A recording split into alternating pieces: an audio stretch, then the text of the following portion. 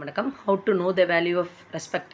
அதாவது மதிப்போட விலை எப்படி தெரிஞ்சுக்கணும் அப்படிங்கிறதுக்காக சில இடத்துல நம்மளோட மதிப்பை நம்மளே அதை எக்ஸ்பிளைன் பண்ணால் மட்டும்தான் அடுத்தவங்களுக்கு அது புரியும்.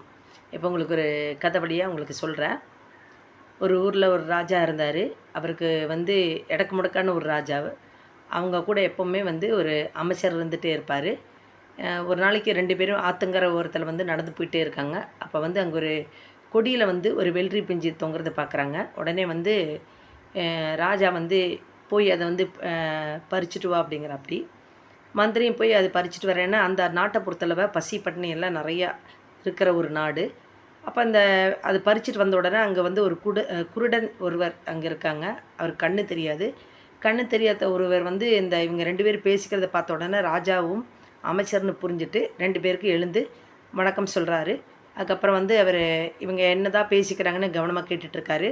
அப்போ இந்த அமைச்சர் அந்த வெள்ளரி பிஞ்சை பறித்து தந்த உடனே ராஜாவுக்கு சரி எதுக்கும் எல்லாமே இவர் தான் கொஞ்சம் இடக்கு முடக்கானவர். உடனே அமைச்சர் கையில் கொடுத்துட்டு நீ இதை சாப்பிடு அப்படிங்கிறாங்க. அப்போ அங்கே இருந்த அந்த குருடன் சொல்கிறாரு, அரசே இதே மாதிரி இது வெள்ளரி பிஞ்சு கிடையாது, இது குமட்டுக்காய், நீங்கள் சாப்பிட தொடங்குனா வாந்தி தான் வரும் அப்படின்னு. அப்போ இந்த ராஜா சரி நம்மளுக்கு அமைச்சருக்கு தானே கொடுப்போம், முதல்ல அமைச்சர் சாப்பிட்டுட்டு அது உண்மையாக பொய்யான்னு பார்க்கலாம் அப்படிங்கிறதுனால அமைச்சர் கையில் கொடுக்குறாரு. அமைச்சரும் சாப்பிட தொடங்குறாரு. உடனே கண்டினியூஸாக வாந்தி வருது. ஒரு கட்டத்தில் குடலே வெளியில் வர நிலைமைக்கு ஆயிடுச்சு. அந்த அளவுக்கு வாந்தி எடுத்துருந்தார். உடனே அந்த குருடன் இதை கேட்டுட்டு பக்கத்தில் இருக்கிற ஒரு பச்சை இலை ஒன்று இருக்குது, அதை நீங்கள் அதை நல்லா கசக்கி அதோட சாரை நீங்கள் அமைச்சருக்கு கொடுங்க, உடனே அவருக்கு வாந்தி நின்று அப்படிங்கிறா. உடனே அவர் ராஜாவும் அதே போல் அமைச்சருக்கு செய்கிறாரு. அவரோட வாந்தி நின்றுது. உடனே அமைச்சருக்கு ரொம்ப சந்தோஷம், அப்பா தப்பிச்சோம் நம்ம அப்படிங்கிற மாதிரி இருக்குது. அப்புறம் ராஜா உடனே இந்த குருடங்கிட்ட கேட்குறாங்க, உனக்கு தான் கண்ணே தெரியாது, எப்படி கொமட்டுக்காய் இல்லை வெள்ளரிக்காய் அப்படிங்கிறது வித்தியாசம் உனக்கு தெரிஞ்சுது, அது இல்லாமல் எப்படி மாற்று மருந்து உனக்கு தெரிஞ்சுது அப்படின்னு கேட்குறா. அப்போ உடனே குருடன் ராஜாட்ட சொல்கிறா, இல்லை ராஜாவே, இந்த ஊரில் பசி பட்டினி எங்கே பார்த்தாலும் இருக்குது. அப்போ ஒரு வெள்ளரி பிஞ்சை பார்த்துட்டு யாருமே அது விட்டுட்டு போக மாட்டாங்க. அப்புறம் 2வது பார்த்திங்கன்னா, எப்போவுமே ஒரு ஒரு பிரச்சனை, நம்மளுக்கு ஏதாச்சும் ஒரு இதுனா, ஒரு ஆபத்தான ஒரு விஷயம் இருந்துச்சுன்னா பக்கத்துலேயே அதுக்கான மாற்று இதுவும் நம்மளுக்கு அந்த மருந்தும் பக்கத்துலேயே இருக்கும். அதனால தான் அதுக்கு ஒரு சொல்யூஷனும் இருக்கும். அதனால தான் நான் சொன்னேன் அப்படிங்கிறா. சரி, ராஜாவுக்கு ரொம்ப சந்தோஷம். சரி நீ இன்றைக்கி எங்கள் நாட்டுக்கு வா, அங்கே எல்லாருக்கும் இலவசமாக சாப்பாடு போடுறாங்க, நீ சாப்பிட்டுட்டு போ அப்படின்னு சொல்லி அவங்ககிட்ட சொல்கிறாங்க. பிச்சைக்காரனும் சரின்னு சொல்லியிருக்கா. அடுத்தது ஒரு வைர வியாபாரி ராஜாவை சந்திச்சுட்டு, எனக்கு ரொம்ப கஷ்டமாக இருக்குது, என்னோடய வைரமெல்லாம் விதவிதமான நெக்லஸ் இதெல்லாம் இருக்குது, வைரம் நகைகள்லாம் இருக்குது, அதெல்லாம் நீங்கள் எடுத்துக்கோங்க அப்படின்னு சொல்லி இவர்கிட்ட கொடுக்குறாரு. இவர் உடனே அமைச்சரை அழைச்சிட்டு இதில் வைரம் எது இல்லை டூப்ளிகேட் எதுன்னு கண்டுபிடிக்க சொல்கிறான். அப்போ இவனுக்கு எனக்கு இதை பற்றி எதுவுமே தெரியாதுங்கிற மாதிரி அமைச்சர் சொல்லும்போது இவருக்கு யோசனைக்கு அந்த குருடனோட ஞாபகம் வருது. உடனே காவலாளிகிட்டே இந்த அமைச்சர்கிட்டே போய் அந்த கண்ணு தெரியாத அந்த குருடனை கூட்டிகிட்டு வர சொல்கிறாரு. அந்த குருடனும் வர்றான். வந்த உடனே அந்த குருடன் அந்த வைர நகையெல்லாம் எடுத்து வெயிலில் வைக்கிறான்.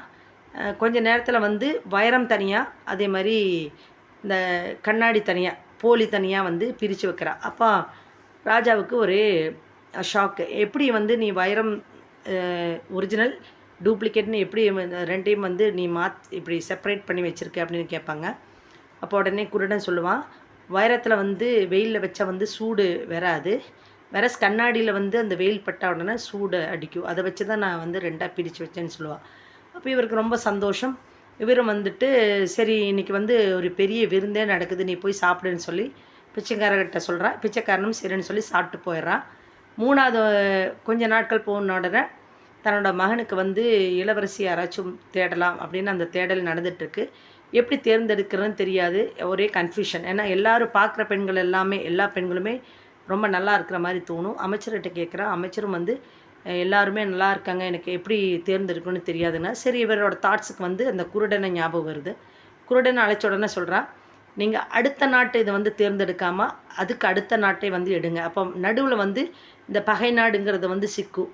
அப்போ உங்களுக்கு ஒரு பிரச்சனை வந்துச்சுன்னா இந்த நடுவில் இருக்கிறவன் உங்களுக்கு எந்த இதுவுமே உங்களை எதிர்த்து எதுவுமே செய்ய மாட்டா. அதனால் நீங்கள் அடுத்த நாட்டை விட்டு அதுக்கு அடுத்த நாட்டை இருக்கிற அவங்க மகளை கல்யாணம் முடிச்சுக்கோங்க அப்படின்னு மாதிரி ஐடியா சொல்கிறான். இவருக்கு ரொம்ப சந்தோஷமாக இருக்குது. இவரும் அதை அந்த குருடன் சொன்ன மாதிரி எல்லாம் ஏற்பாடு செய்கிறா. அப்புறம் நாட்கள் இப்படியே போகுது.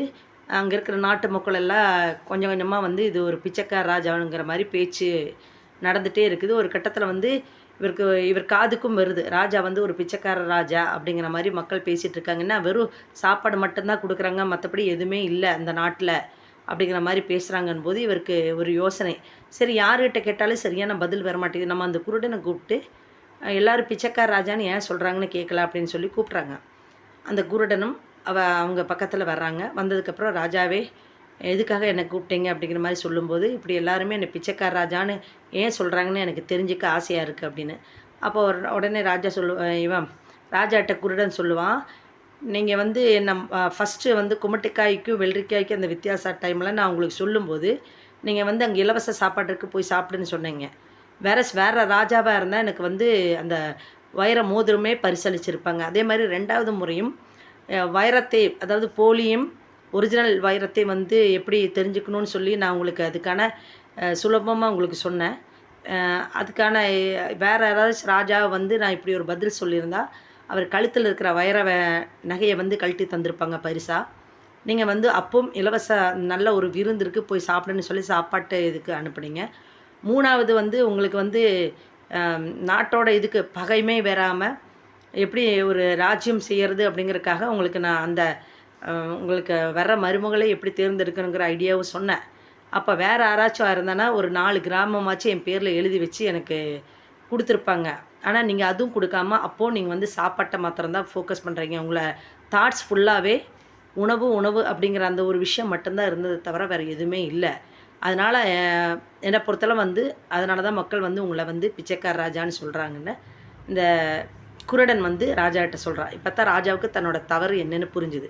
இப்போ வந்து சில இடங்களில் வந்து நம்மளோட மதிப்பு என்னென்னு நம்ம வந்து எல்லாருக்குமே நம்ம மதிப்பு என்னங்கிறத அவங்க ரெஸ்பெக்ட் கொடுக்கறத விட நம்மளோடது நம்ம எப்படி மதிப்பு நம்மளுக்கு எவ்வளோ இருக்குது என்னங்கிறது நம்ம விளக்கம் கொடுத்தால் மட்டும்தான் சில இடங்களில் நம்மளுக்கு மதிப்பு கிடைக்கும்.